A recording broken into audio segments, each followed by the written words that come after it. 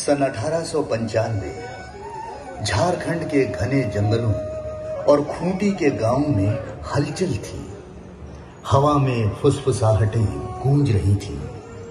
पेड़ों की सरसराहट जैसे कुछ कह रही हो। इसी भूमि पर जन्मा था वह बालक जिसने भविष्य में उलगुलान की आग भड़का दी, जिसका नाम था बिरसा मुंडा। बालक बिरसा का जन्म 15 नवंबर 1875 को झारखंड के छोटे से गांव उलीहातू में हुआ था। महारानी की नजर अब इस भूमि पर थी। खूंटी के जंगल, उपजाऊ घाटियां और खनिज संपदा सब उसकी आंखों के सामने थे। साम्राज्य ने महसूस किया कि इस भूमि पर सिर्फ प्रशासनिक नियंत्रण पर्याप्त नहीं होगा, बल्कि इसके लिए पूरी ताकत और सोच समझकर योजना बनाना जरूरी था।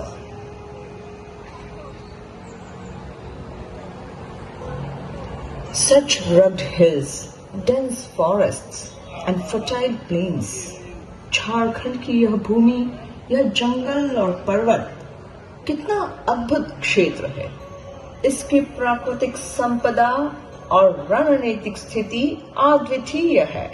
We must ensure that every river, every hill and every village comes under firm administration. Do you understand, Captain Stewart? हर नदी, हर पहाड़ी और हर गांव हमारे प्रशासन के अधीन आए। योर मैजेस्टी, प्रभावी शासन के लिए चौकियां और गश्त नेटवर्क जरूरी है। Am I correct, Major Ashbury? Oh, yes indeed. Your Majesty, Jharkhand can be covered by 3-tier plan. 3 स्तर, प्रशासनिक समायोजन, सुरक्षा नेटवर्क और सामाजिक मिशनरी पहल। Then let it be so.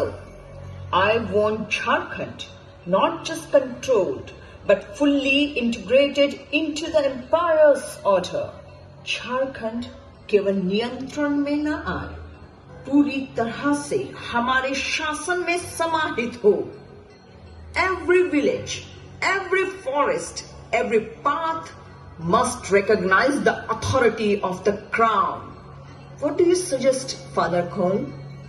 Queen, बच्चों और युवाओं के माध्यम से दीर्घकालीन परिवर्तन लाया जा सकता है।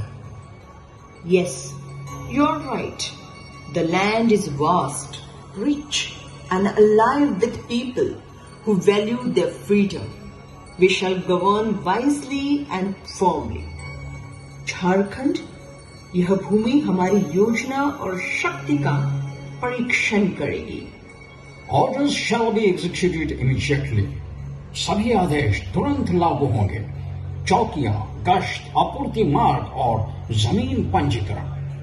Jharkhand shall witness the firm hand of governance, and the empire's law will extend to every forest, hill and river. Jharkhand अब प्रशासन की मजबूत पकड़ देखेगा और साम्राज्य का कानून हर जंगल, पहाड़ी और नदी तक पहुंचेगा। First, start with missionary work.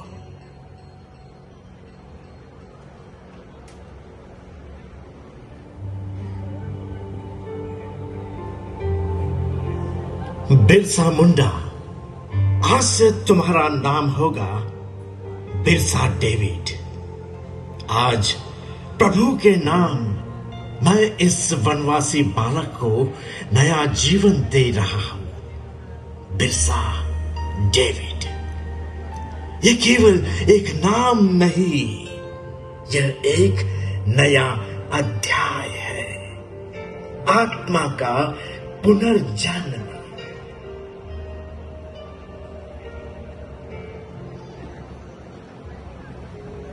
सन 1887 खूंटी की उस छोटी सी बस्ती में एक बड़ा फैसला हो चुका था। गरीबी थी, मुश्किलें थीं, पर उम्मीद भी थी। कर्मी और सुगना ने अपने लाल बिरसा को स्कूल भेजने का निर्णय लिया और बिरसा पहली बार मिशनरी स्कूल में दाखिल हुआ। लेकिन जैसे जैसे वो सीख रहा था, उधर मिशनरी अपने ही हिसाब से आदिवासी भूमि पर योजनाएं बन रहे थे।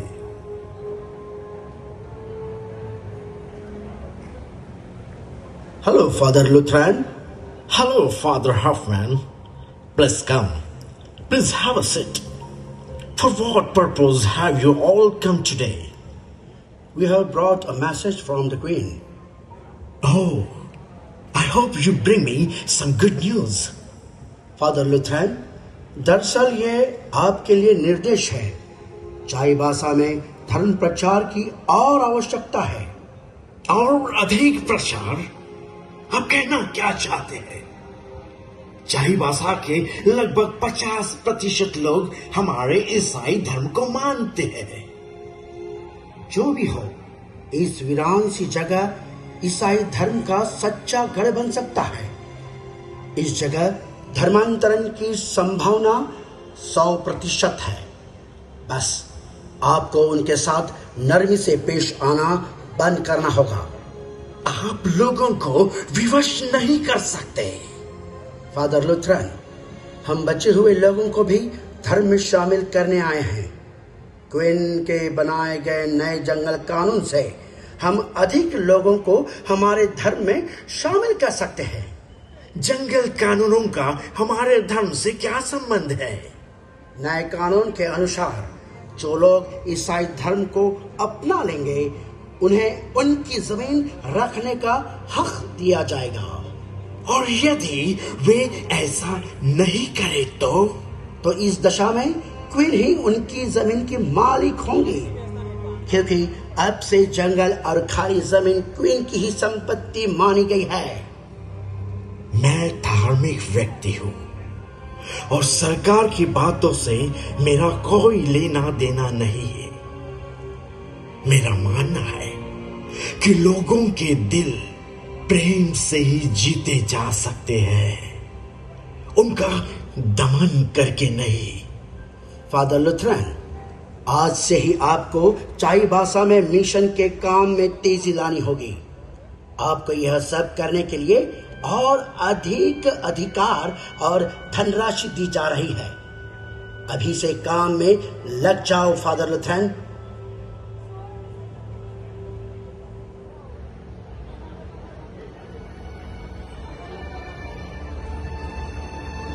कितना अजीब है ये सब। जिस धरती ने मुझे जन्म दिया, जिस हवा में मैंने सांस ली, उसी धरती पर कोई और हम पर अपना भगवान थोपना चाहता है। वे कहते हैं, बिरसा तुम्हें सभ्य बनना होगा, ईश्वर को मानना होगा जैसे हम मानते हैं। पर मैं पूछता हूं, क्या मेरे सिंह बोंगा सूर्यदेव सभ्य नहीं? क्या हमारी नदियां, हमारे पेड़, हमारे पर्वत ईश्वर नहीं?